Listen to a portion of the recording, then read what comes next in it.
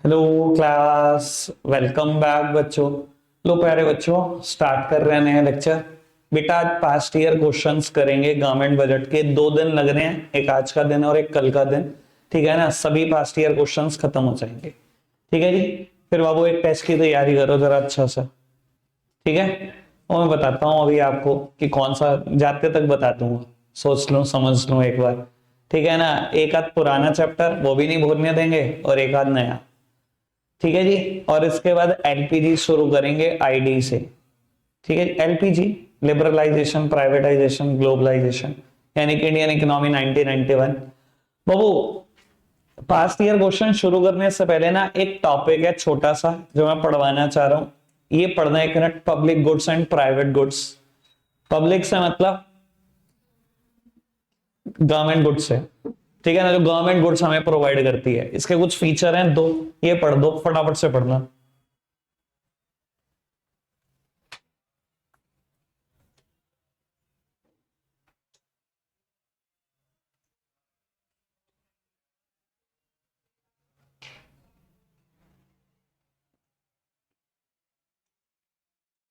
ठीक है, चलो जी।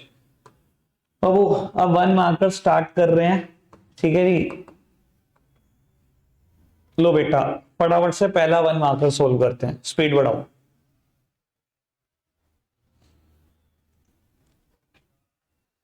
बेटा this investment is a dash receipt. Capital receipt है अगर याद हो तो। क्यों, क्या होता है इससे? Decrease the assets of the government. It decreases the assets of the government. ठीक है ना जी, कोई दिक्कत तो नहीं। चलो जी, ऑप्शन ए था आंसर।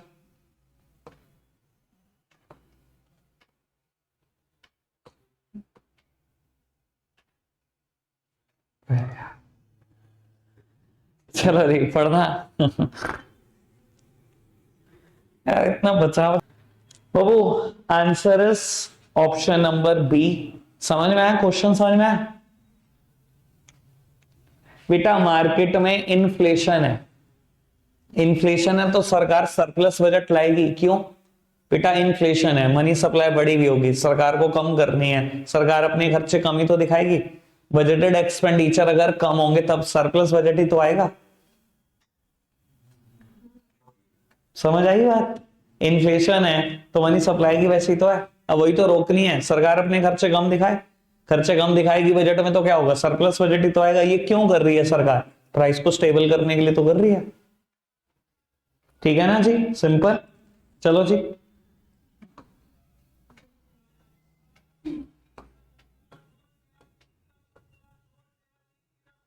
ऐसे तो बाबू मैंने पढ़ा लिया जरूर। चलो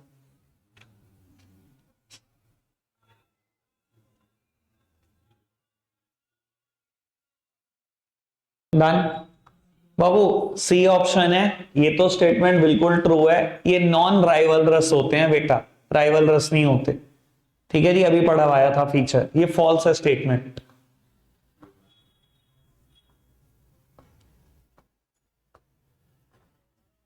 लो जी पढ़ो।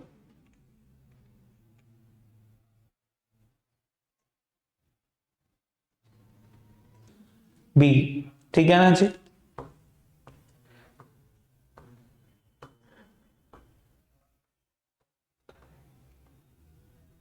पढ़ो जी फटाफट से।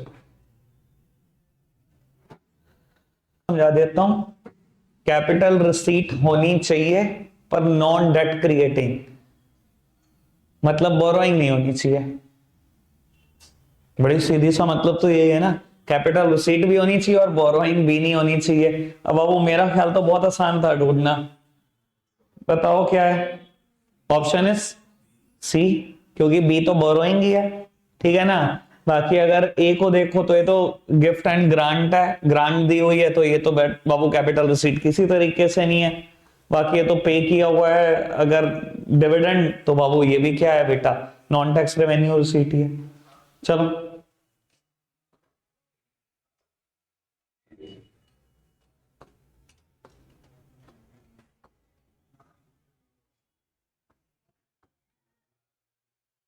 चलो पढ़ना।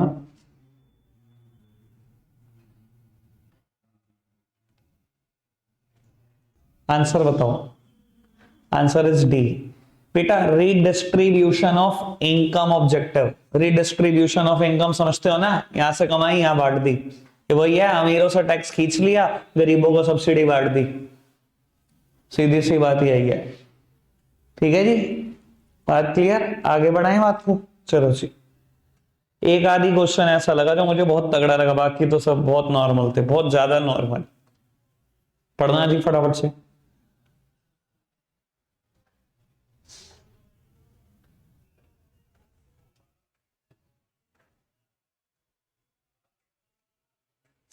अरे आंसर करो, इसमें क्या है, इतनी देर लग रही है। Answer is D. कोई डी वाला था यार, अभी आवाज आई थी बहुत तेज, बी बोला था। अच्छा, एसेट्स क्रिएट हो रही है इससे, कोविशील्ड वैक्सीन लगाने से एसेट्स हो रही है क्रिएट, कोवैक्सीन से एक एयरपोर्ट बन जाएगा। कौन सी एसेट्स क्रिएट हो रही है या कौन सी लाइबिलिटी रिड्यूस हो रही है आपकी? सर रेवेन्यू नेचर एक्सपेंडिचर है। क्या बात करते हो यार तुम, भाई मुझे फोन मत मिलाओ, मैं बिजी हूं, फिर फोन।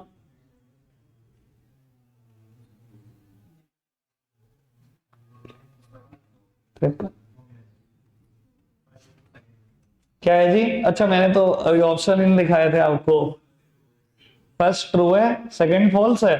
अच्छा ऐसी बात है, मतलब ये भी बताई दो फिर, ये भी बना बिना इसके ही बता दो फटाफट से, ऑप्शन के बिना।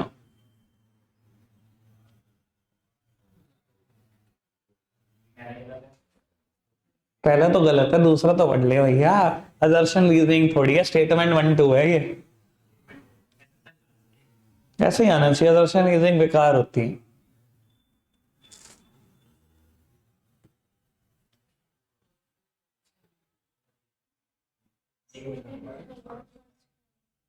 सेकंड ट्रू फर्स्ट फॉल्स, बताना ना चलो किसी को।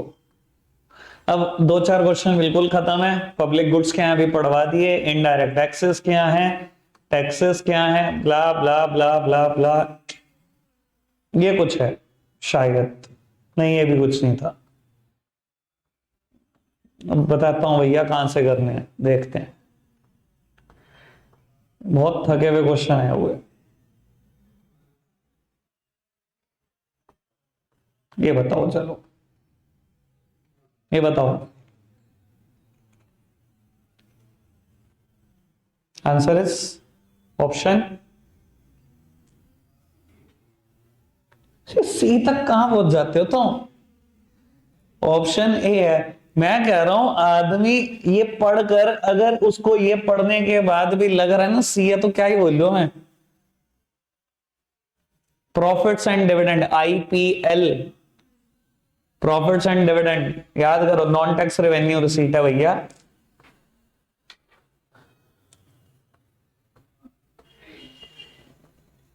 ये बताओ,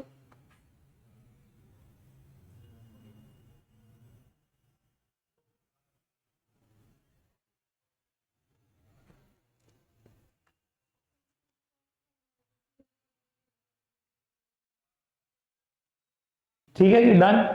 एक सेकेंड यार, इसको पता है, answer is option number C. कुछ नहीं है भैया, गवर्नमेंट बजट की डेफिनेशन रेवेन्यू रिसीट्स कुछ नहीं। ये बताना, ये बताओ,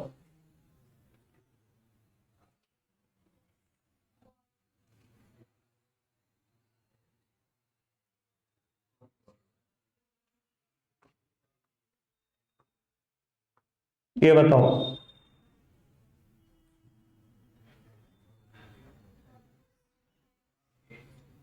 डायरेक्ट टैक्स, कौन सा direct tax? Corporation tax, income tax का ही दूसरा नाम कह लो, जबरदस्ती की ब्रांचेस खोल रखी हैं, तो कंपनी इनकम टैक्स देती है उन्हें कॉर्पोरेशन टैक्स बोलते हैं। ठीक है जी,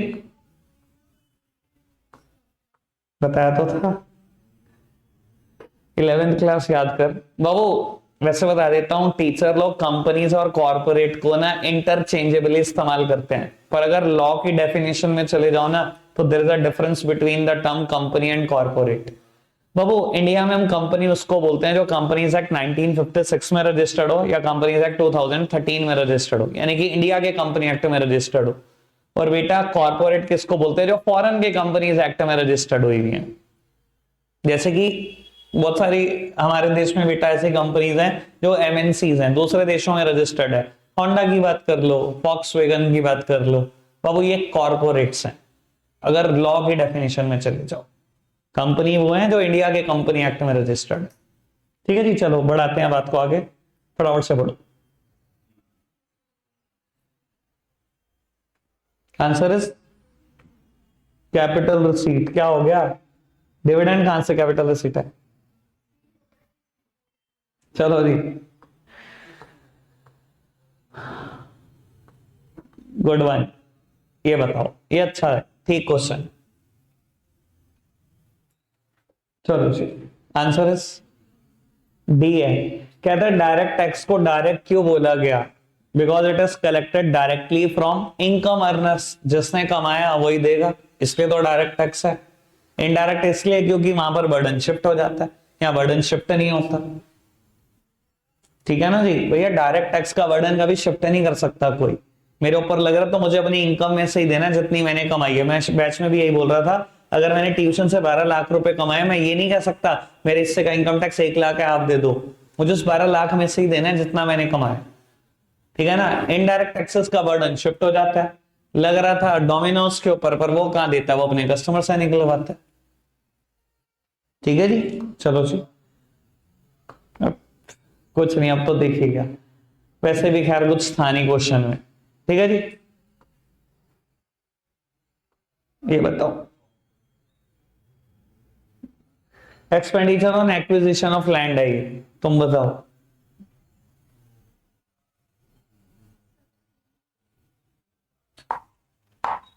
answer is subsidies, C point.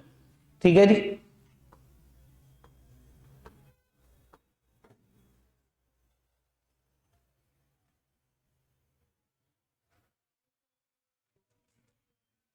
Babu recovery of loan is a capital receipt.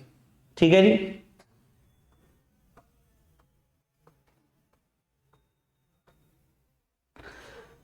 चलो देख ही लो। मैं वैसे बैच में बोलने वाला था, फिर मैंने बोला नहीं था, अपने हिसाब से गेस करो।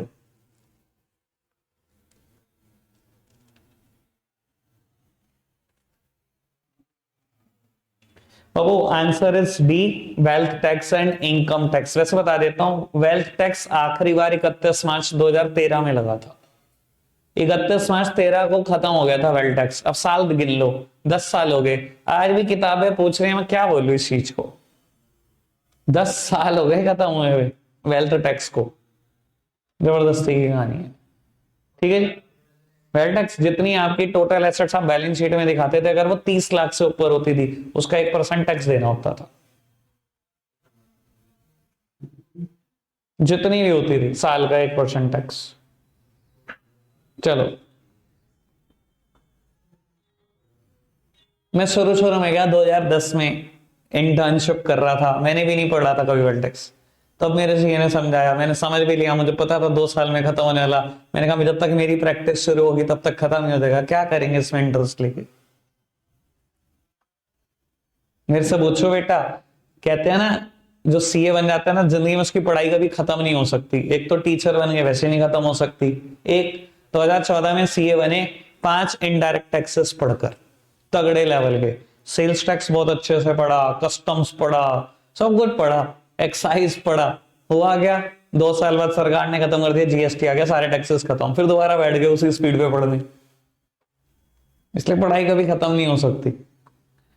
चलो जी, बढ़ाते हैं बात को आगे। बाबू ये अब कुछ शायद आने लगे, वैसे मैंने लिख दिया डिस्टिंग्विश करना डायरेक्ट और इनडायरेक्ट टैक्स, नोट से हो जाएगा, कुछ नहीं है इसके अंदर। ये क्वेश्चन ही पढ़ो, ये क्वेश्चन है, explain the basis of classifying taxes into direct and indirect, give example. वो मैं रीड कराऊंगा, क्वेश्चन बहुत ठीक ठाक था।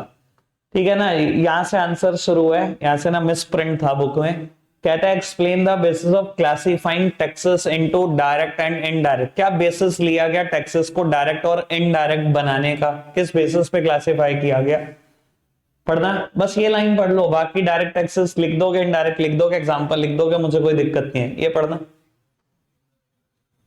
ठीक है ना। कहता है बेसिस क्या लिया गया, shifting the impact of tax. जिसका इंपैक्ट, जिस टैक्स का इंपैक्ट आप शिफ्ट नहीं कर पाओगे वो डायरेक्ट टैक्सेस हैं, और जिसका आप इंपैक्ट शिफ्ट कर पाओगे दूसरे पे वो इनडायरेक्ट है। यही बेसिस था, ठीक है जी, ओके बात। चलो जी बढ़ाते हैं बात को आगे। बाबू कुछ नहीं है, 1 मिनट लगाओ, कौन सी रेवेन्यू रिसीट है, कौन सी कैपिटल रिसीट है, लिखा जाएगा। बहुत पढ़ लिया अब तो भैया इसके बारे में, ठीक है जी। ऐसे ये क्वेश्चन है, कौन सा रेवेन्यू एक्सपेंडिचर है, कौन सा कैपिटल एक्सपेंडिचर है। चलो आप बताना, एक हाथ का तो पूछ ही लो।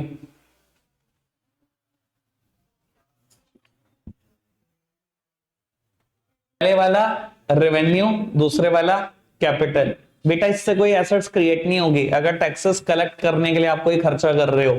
जैसे कि मैं बता देता हूं, आज सरकार को हाउस टैक्स इकट्ठा करना है, क्या करती है बेटा, एक रिक्शा पे लाउड स्पीकर लगवाती है और वो गली गली घूमता रहता है, किस दिन कैंप लगेगा, इस दिन कैंप लगेगा, टैक्स जमा कराओ, टैक्स जमा कराओ। अगर आप खर्चा कर रहे हो उससे कोई एसेट्स क्रिएट हो रही है क्या आपकी? ये तो नॉर्मल रेवेन्यू एक्सपेंडिचर है आपका।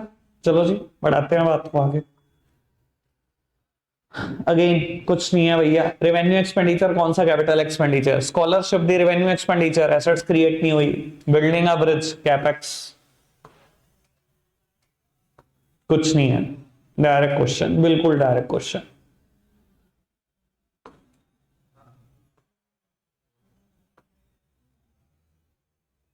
बिल्कुल डायरेक्ट क्वेश्चन। चलो ये मैंने सोचा था रीड करा दूंगा, difference between revenue expenditure and capital expenditure. भैया मीनिंग आप लिख दोगे, पर्पस पढ़ना 1 मिनट, एग्जांपल आप लिख दोगे रेवेन्यू एक्सपेंडिचर और कैपेक्स का।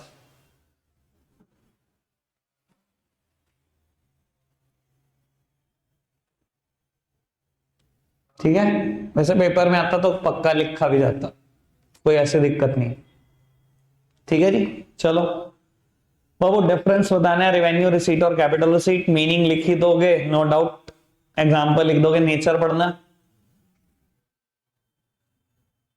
ठीक है ना, कोई दिक्कत तो नहीं। चलो जी बढ़ते चलो, कुछ नहीं।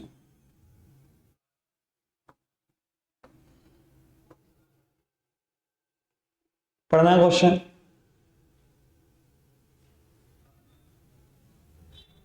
किस बेसिस पे कैपेक्स और रेवेन्यू एक्सपेंडिचर को रिकॉग्नाइज किया गया, क्लासिफाई किया गया, किस बेसिस पे, कौन एसेट्स क्रिएट करता है, कौन आपकी लायबिलिटी रिड्यूस करता है, यही बेसिस है ना। बस ये पढ़ना है एक बार, ये हिस्सा।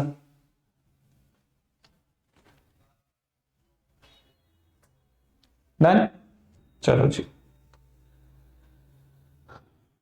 कुछ नहीं है जी, रीएलोकेशन ऑफ रिसोर्सेज को एक्सप्लेन कर रहे हैं, ऑब्जेक्टिव को। ये अच्छा क्वेश्चन था शायद, 1 सेकेंड, हाँ ये मैंने बाद में लिख दिया था रीड, एक बार पढ़ना फटाफट से, पहले क्वेश्चन पढ़ना। Taxation is an effective tool to reduce the inequality of income. Justify the given statement with valid reason. बेटा टैक्सेशन की वजह से क्या होता है, इनइक्वालिटी ऑफ इनकम खत्म हो रही है। पता नहीं तुम्हें याद आ रहा हो कि नहीं आ रहा हो। ऑब्जेक्टिव में सेकंड ऑब्जेक्टिव था, मैंने पहले नंबर पे पढ़ाया था, reduce the inequality of income and wealth, याद है कुछ भैया? प्रोग्रेसिव टैक्स वाली बात थी, 5 लाख तक गरीब आदमी है, कोई टैक्स नहीं है, उसके बाद 20%, उसका 30%, वो लिख दोगे ना, इनइक्वालिटी कम हो रही है ना। एक और बात लिख देना, इन्होंने लिखी हुई है इसलिए मैं चाह रहा था पढ़वा दूं। पढ़ना जरा फटाफट से, जल्दी से पढ़ना शुरू करो।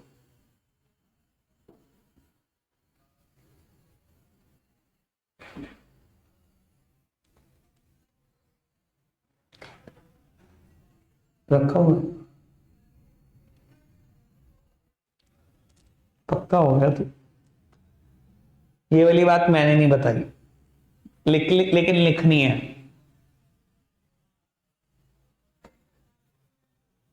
ये पढ़ लो पैराग्राफ, बहुत कुछ समझ में आ जाएगा।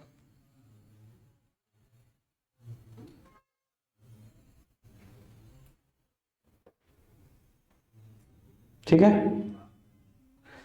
बाबू, कुल मिला के बात ये थी कि सरकार इनइक्वालिटी कैसे खत्म कर रही है। तो उसने कहा दो तरीकों से खत्म कर रही है, एक टैक्स से, दूसरा सब्सिडी से।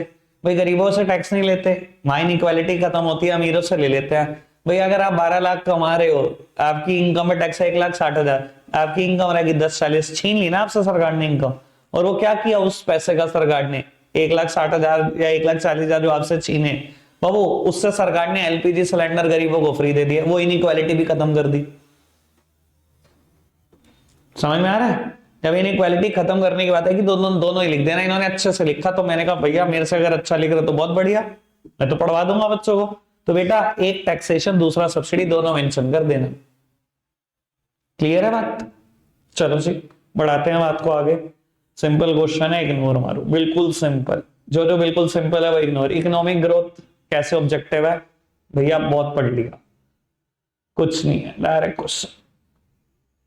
जो डायरेक्ट है वो नहीं पढ़वा रहा, क्योंकि बहुत सारी ज्यादा डायरेक्ट ही थे। ये क्वेश्चन पढ़ लेंगे एक बार, फटाफट से पढ़ना है दोनों। इकोनॉमिक स्टेबिलिटी वो तो लिखा जाएगा, ये पढ़ना।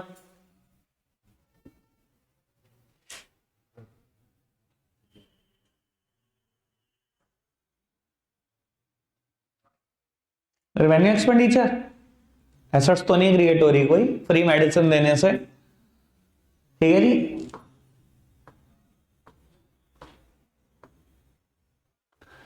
चलो जी इसकी बात करते हैं, पढ़ना एक बार diagram. Individual income tax, corporate income tax, चलो मतलब पता लग गया इनकम टैक्स ही होता है, वरना बच्चे कहते हैं ऐसे ही बोलते रहते हैं, यहां से पता तो लगेगा।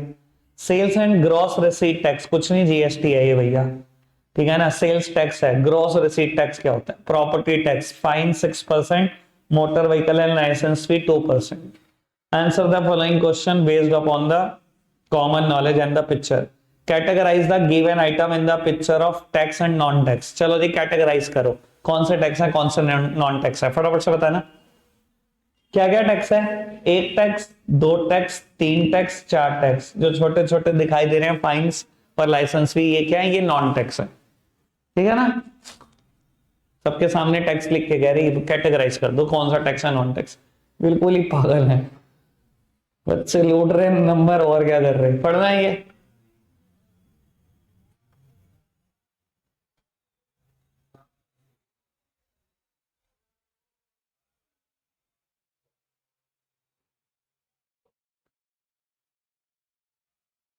तो लिखा जाएगा रिड्यूसिंग इनइक्वालिटी ऑफ इनकम, चाहे कुछ भी बोलो, वही टैक्सेशन और वही बेटा सब्सिडी वाली बात, ठीक है ना। इसलिए मैंने सेम लिख दिया था, क्योंकि मेरे को पता था मैं पहले पढ़वा चुका हूं उस चीज को।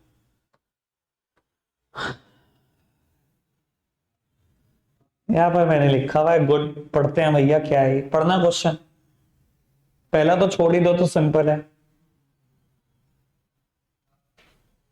ये क्वेश्चन का आंसर तो बढ़िया होना चाहिए, बताओ आप ही बताओ। कहता है कैसे गवर्नमेंट बजट एक इफेक्टिव टूल है एम्प्लॉयमेंट क्रिएट करने में, मुझे बता सकते हो? एक अभी और अच्छा हो सकता है, इससे बहुत अच्छा हो सकता है। तो वो उसने बोला बजट में आप स्कीम लाए मनरेगा, आपने सुना है कभी मनरेगा स्कीम पुराने टाइम में, ठीक है ना जी। सर उससे मिलती है कि नहीं मिलती लोगों को एम्प्लॉयमेंट, और इससे बहुत अच्छा आंसर।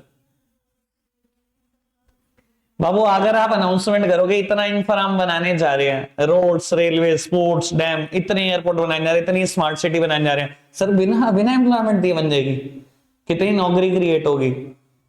बस हो गया आंसर। हाँ सर। गवर्नमेंट बजट में किसी बिजनेस को सपोर्ट करने के लिए पहले वो बाबू अगर गवर्नमेंट ने किसी बिजनेस को प्रमोट करने के लिए कर दिया तो लोग क्या करेंगे बेटा, उस बिजनेस में इन्वेस्टमेंट करेंगे। सिर्फ इन्वेस्टमेंट तो होगी नहीं बेटा, एम्प्लॉयमेंट भी क्रिएट होगी। बस हो गया आंसर, पढ़ने की भी जरूरत नहीं है इनका, ठीक है जी। चलो जी डायरेक्ट क्वेश्चन है। अब एक क्वेश्चन और था यार, मैंने बहुत बहुत ज्यादा बढ़िया लगा था मुझे क्वेश्चन, वो पढ़वा दो बस, मुझे लगता नहीं और कुछ है। एक आखिरी क्वेश्चन, बेस्ट क्वेश्चन ये आ गया भैया, ये आया बेस्ट क्वेश्चन। पढ़ना जरा, क्वेश्चन पढ़ो पहले फटाफट से।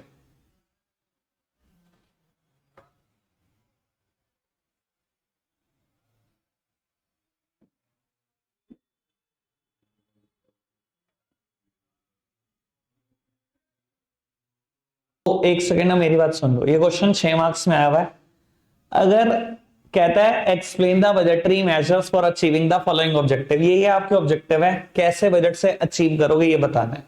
सबसे पहले मेरा ये ऑब्जेक्टिव है कि मैं चाहता हूं बैकवर्ड रीजन में इंडस्ट्री लगे। बाबू टैक्स हॉलीडे पर 3 नंबर में सिर्फ टैक्स हॉलीडे थोड़ी एक्सप्लेन करोगे, इन्होंने बहुत तगड़ा एक्सप्लेन करा। अब दूसरा पॉइंट आ रहा है कृषि की तरफ से, सब्सिडीज दे दो, स्पेशल कंसेशंस दे दो, लोन दे दो सब्सिडाइज रेट पर। है एसईजेड भी हो सकता है, बिल्कुल हो सकता है। एसईजेड समझते हो ना, स्पेशल इकोनॉमिक जोन। क्या करते हैं स्पेशल इकोनॉमिक जोन? बेटा एसईजेड क्या होता है, सुन लो। एसईजेड वो इलाका होता है आपके देश के बीच में जिसके ऊपर जो इकोनॉमिक लॉस लगते हैं वो पूरे देश से डिफरेंट होते हैं, उन्हें एसईजेड बोला जाता है। तो अगर आप चाहते हो किसी बैकवर्ड एरिया में इंडस्ट्री लगे तो आप उसे डिक्लेयर कर दो एसईजेड है, आप सब्सिडीज ऑफर कर दो, आप टैक्स हॉलीडेज डिक्लेयर कर दो, आप स्पेशल कंसेशन दे दो कि अगर यहां पर कोई इंडस्ट्री सेटअप होगी तो हम उसे सब्सिडाइज रेट पर लोन देंगे या सब्सिडाइज इलेक्ट्रिसिटी प्रोवाइड करेंगे, ऐसे डिक्लेयर कर दो, हो गया सब कुछ। ठीक है जी। सेकंड वन, टैक्सेशन, टैक्स माफ कर दो, सब्सिडीज दे दो। एक और बात इन्होंने लिखी हुई है बाबू, पहले ये पढ़ना, पहले वाले का answer, tax holiday, subsidies, wave of कर दो जीएसटी, और अब एक्साइज ड्यूटी तो रही नहीं, ये पढ़ो बी पार्ट का आंसर। Higher tax on higher income, subsidies, ये पढ़ना।